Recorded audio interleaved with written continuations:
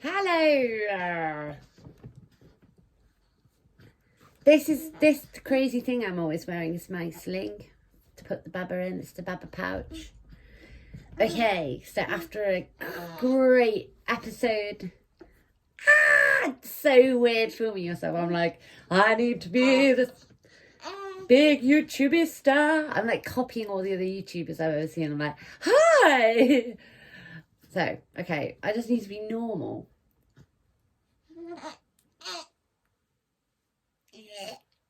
Okay, we're on part 5, Frida's Kebabs. Now, last episode, we were reading out about Kelda, and Kelda, I don't know my real voice. I don't know what my real voice is anymore. I've lost it. I've lost it in characters.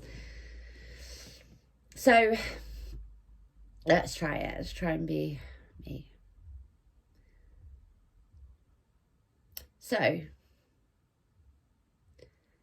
last time we read out Kelda, and that was a bit of a background, and it was also a bit of world building. So that was like we're exploring more about the dimension that we're in, that is not named, if you remember, because it cannot be named because it's shifting and moving and changing, therefore it cannot be named. Named things are specific things, aren't they? I just figured that out right now. But yeah, so we went up to Thorcrat, onto Mount Kalon. Kalon, did you even listen to the last one? Because there was a big prop to you there. There was a whole mountain named after you, but you didn't even bother, probably because you're working hard, and I respect that at the moment, doing your amazing project. So you get a whole pass.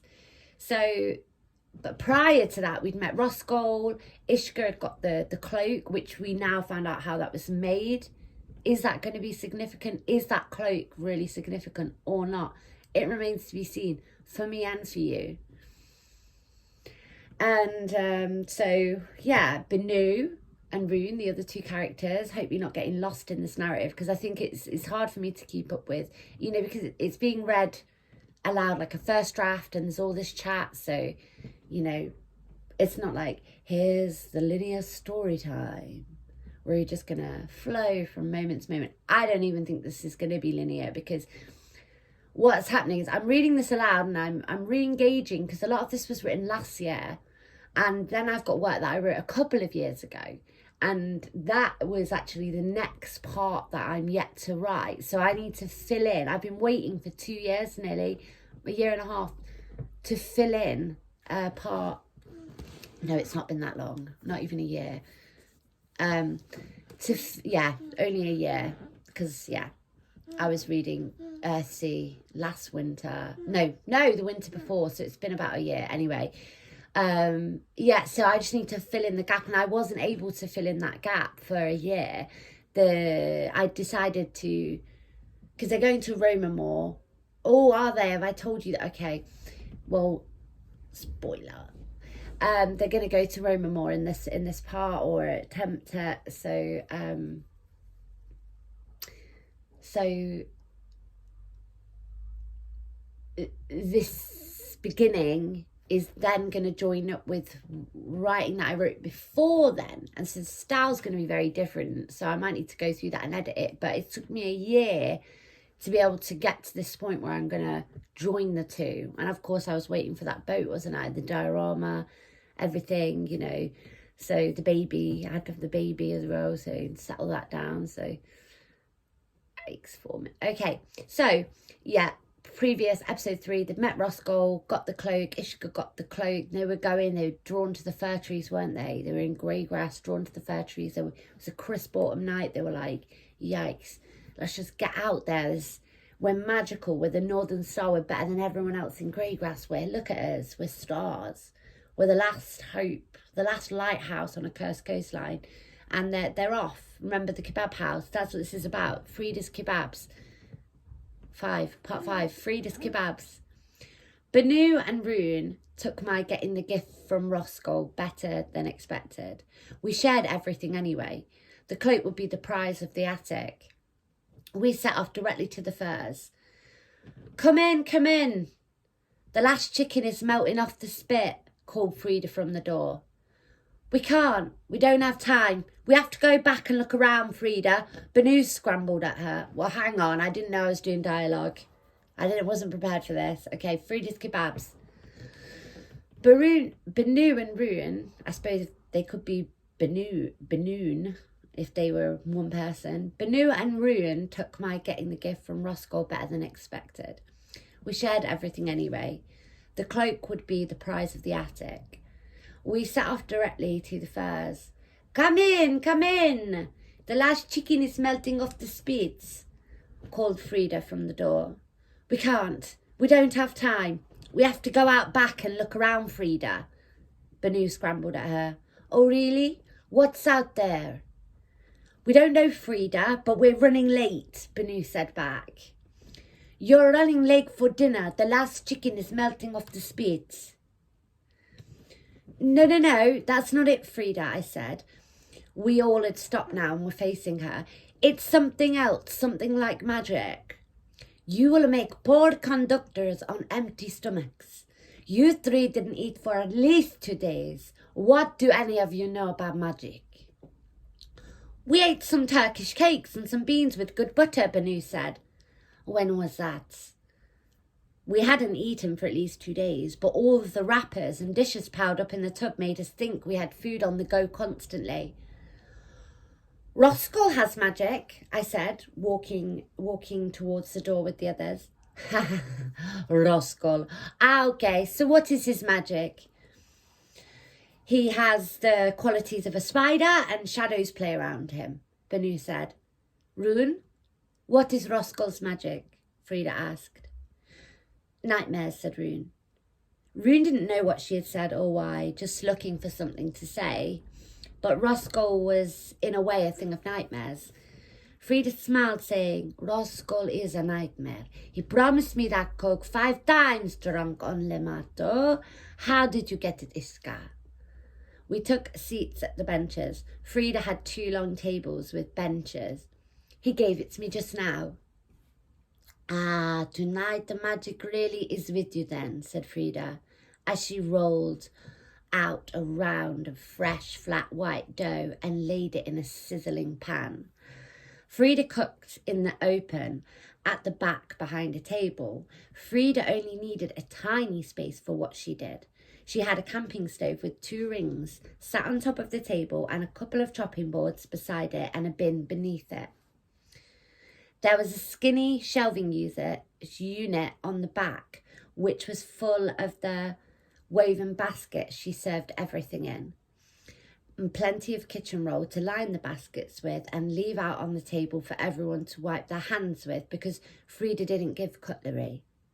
Out back she had a fire contained in one of those enormous washing machine drums from the wash house, turned on its base with a spit over the top, which didn't turn by itself. Frida just rotated them whenever she went out for a smoke or something else, usually a smoke. The spit fit about 10 chickens on, and outside of that, Frida just used 1 pan for the bread and a deep pot for fries on the camping stove. She served the chicken on a fresh, hot flatbread with fries inside and only 3 other things: sliced tomatoes, a squeeze of lemon and salt. Lemons and tomatoes hung in swinging bowls from the ceiling, and that was her place. That was Frida's magic. Frida served us all a cool glass of Lemato. It's tastier in the cooler months, especially on nights like that when it's crisp out and charged in its fermenting glass beneath the light. Frida served us all a cool glass of Lemato. It's tastier in the cooler months, especially on nights like that, when it's crisp out and charged in its fermenting glass beneath the high, cold sky and full moon. But it's best in summer months when it's warm and dives straight into your blood and swims out of your pores and you don't care about anything and get drunk for the days which free your heart for years. We spoke of that carefree heat. We spoke of Frida's lemons in the rooftops of Romamore. We wondered at her tomato haul. We got tipsy on empty stomachs. We poured ourselves some more Lemato and smoked some tobacco out on the front porch. We couldn't see the swans, just the moon on the lake. Frida lit red lanterns outside the kebab shop every night. Round paper lanterns, ribbed horizontally with a wire frame, hanging on strings beneath where the roof jutted out past the walls. The lanterns went all the way round the back of the kebab house. She lit them for herself back there. She cared about herself. She took her time whilst we got drunk. It's hers. It's her the furs spoke to. Come to eat, Frida called us from inside the front porch. Frida, we don't have any currency, you know, I said. I know. Frida, where do you get the tomatoes? From Romamore? Rune asked. Romamore, no, these tomatoes come from grey grass. A man in the suburbs grows them. He has a glass cylinder which runs through the middle of his arm. There is a door into it on the ground floor and a spiral staircase which leads up to a dome above the roof. He lives on one of the misty hills. The dome peaks just above the mist. He gets a lot of sun. He just grows tomatoes. They are better than any tomatoes in Romamore or the whole world. Why, asked Banu? Because from that dome up high on the misty peak, he can see down into the eerie suburbs.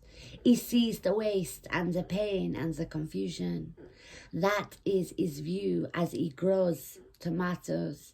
He grows tomatoes and does nothing else. He watches the pain and he grows. And that is all, and that is why plants grow in a way to heal what hurts around them. And the tomatoes have such a wide vista of suffering. They see all of grey grass.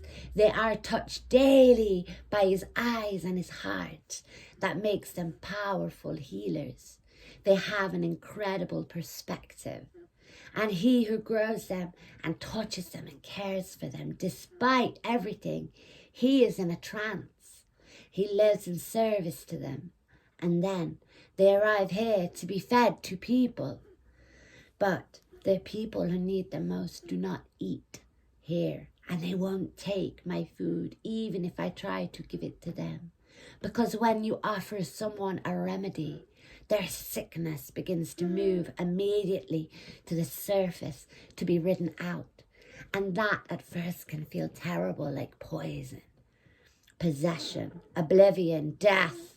And they resist and they don't eat here like you, and they don't heal.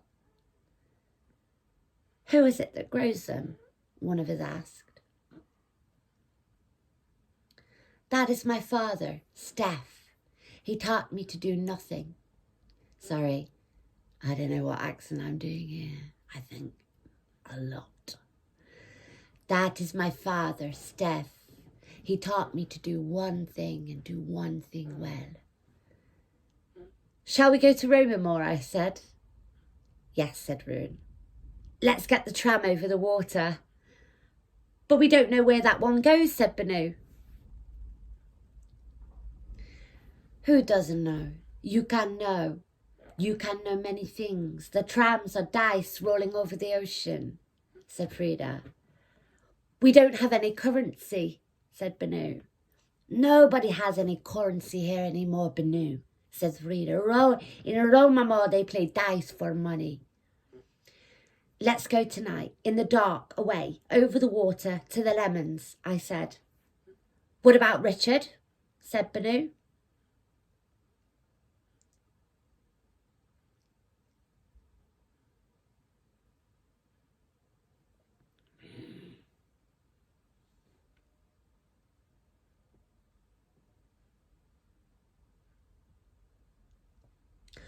What about Richard? Said Banu. You think that you hold Richard up? Said Frida, swinging Lamato. Richard holds you up in his dirty lantern. Drink something! Me and Rune shot some Lamato made from the rinds of Romamore and potatoes. I can't, said Banu. We have to go tonight, I said, standing. I felt the need to raise my palms to the sky and whirl, which I did, and it scared Banu. I rolled a cigarette for the walk. Rune found an old black hoodie hanging on the back of the door and swung it over her. Thanks, Frida, I yelled, running out of the door. Rune caught me up and Banu raced after us. We ran by the lake and danced like planes. We jumped on the bench. Banu scurried after us, objecting. He was getting further and further away. How will we get to the tram station? Walk! Run! Taxi! Currency? You guys can't leave me. The tram. Oh, over. The tram's the next bit. Yikes, we're catching up. I love that. I love reading that aloud. Yikes, nearly 16 minutes. I love that. I love that. I apologise if I did something naughty, crossing accents. I'm innocent. I'm an innocent person. What can I say? I don't mean it. Yeah, that's a wrap. That was fun, wasn't it? I love Frida. She's great, and I love her dad, Steph. She's fantastic.